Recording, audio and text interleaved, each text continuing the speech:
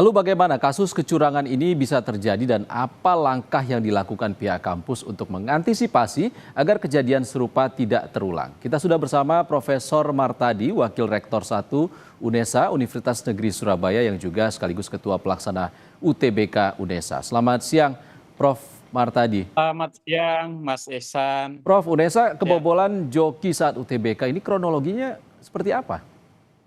ya sebenarnya kita tidak disebut kebobolan, Mas, karena kita sudah tahu potensi kecurangan itu H-2, ya H-2 berdasar hasil generate foto ya yang ditemukan kemiripan 95% antara salah satu peserta yang mendaftar tahun ini dengan tahun yang lalu.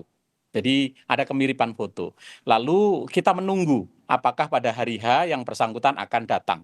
Ternyata setelah kita cek di ruangan, pada hari H yang bersangkutan benar-benar datang gitu. Lalu kemudian panitia melakukan pengawasan yang lebih ketat, yang bersangkutan tetap kita biarkan untuk mengikuti proses ujian sampai selesai agar tidak menimbulkan kegaduhan. Lalu begitu sudah selesai, close, baru kemudian kita sudah menyiapkan menghubungi pihak kepolisian, menyiapkan tim keamanan, lalu yang bersangkutan kita bawa ke sekretariat untuk dilakukan investigasi lebih jauh. Ketika kita lakukan investigasi kepada yang bersangkutan, awalnya memang tidak mengaku, ya. Tetapi karena yang bersangkutan juga tidak dibekali identitas diri selain satu ijazah, ya ijazah yang dipalsukan itu. Kemudian yang kedua KTP dari anak yang dijokeni. Jadi memang tampaknya si joki ini betul-betul sudah dipersiapkan dokumen-dokumen yang dibawa itu hanya yang terkait dengan anak yang dijoki itu. Artinya sejauh ini hanya satu oknum joki, Pak, yang ditemukan, benar? Betul, betul, betul. Tapi menurut saya ini meskipun satu joki ini levelnya di atas sebelumnya, Mas. Karena biasanya kan joki itu hanya mereka memalsukan kartu UTBK-nya saja. Tapi ini berani memalsu ijazahnya, memalsu KTP-nya. Jadi betul-betul KTP yang dipalsukan itu persis dengan KTP aslinya, kemudian ijazahnya juga demikian. Kita baru tahu kalau ijazahnya dipalsukan ketika kemudian kita melakukan cross check dengan pihak sekolah, apakah betul ada nama ini, kemudian mohon bisa dikirimkan dokumen ijazahnya, begitu sudah dikirimkan ijazahnya, foto-fotonya, kita pastikan bahwa 100% ini adalah pemalsuan dan ini tindak kriminal untuk perjokian. Kalau ini lebih canggih dari sebelumnya, artinya banyak sudah kasus sebelumnya yang terjadi ya, Prof ya?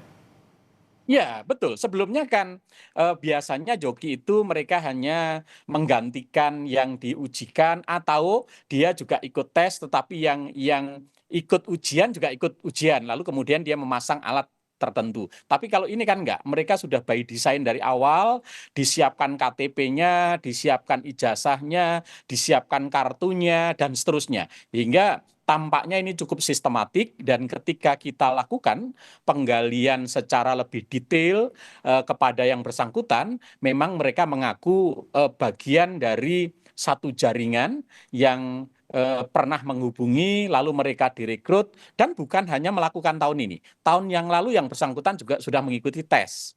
Ya, jadi ini menurut saya memang perlu dilakukan penelusuran lebih jauh sehingga secara nasional jaringannya bisa dibongkar. Pengakuan yang bersangkutan yang memerintahkan juga bukan orang yang dari Jawa Timur, tetapi lintas provinsi, lintas provinsi. Oke, Prof Martadi, harusnya pengecekan ataupun pengawasan ini seperti apa? Apakah ini sistemnya sudah matang di semua tempat yang jadi penyelenggara UTBK? Ya, menurut saya untuk langkah antisipasi ke depan, saya pikir sudah betul di awal itu panitia pusat sudah memetakan data-data yang anomali, ya. Lalu data-data anomali itu kemudian perlu dikomunikasikan dengan perguruan tinggi penyelenggara, lalu kemudian nanti perguruan tinggi penyelenggara akan melakukan mapping data anomali ini tempatnya, ruangannya di mana. ya tesnya. Lalu dari situ kita bisa menyiapkan petugas khusus untuk melakukan mencermati, mendalami secara lebih jauh, kemudian meneliti sehingga kemungkinan untuk potensi perjokian atau kecurangan itu bisa kita kurangin. Juga yang kedua, kita perlu membandingkan, mengenerate ya data tahun ini dengan 3 tahun terakhir.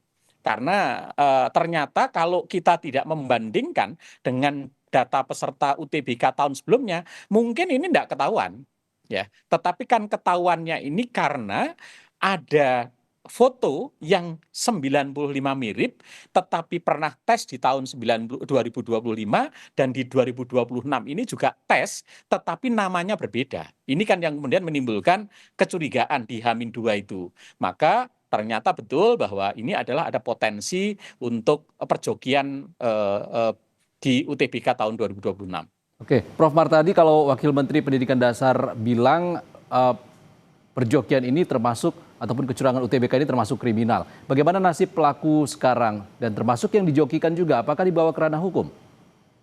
Ya, jadi kemarin setelah kita melakukan penelusuran dan akhirnya yang bersangkutan mengaku memang mereka menjadi joki, kemudian kita juga sudah mengundang pihak kepolisian, kemudian kita lakukan BAP, kemudian yang bersangkutan kemudian dibawa ke kantor kepolisian.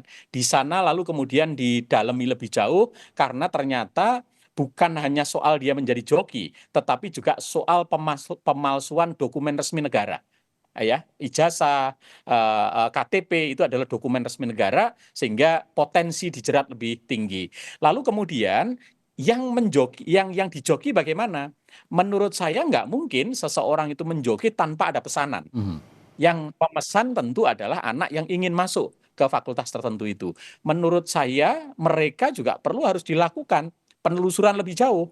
Kalau toh kemudian betul ketahuan itu adalah sebuah tindakan yang disengaja, maka minimal yang harus dilakukan yang bersangkutan harus gugur ya untuk tes ini, dan bukan hanya gugur, dia harus di backlist untuk semua PTN di Indonesia, baik tahun ini maupun tahun berikutnya.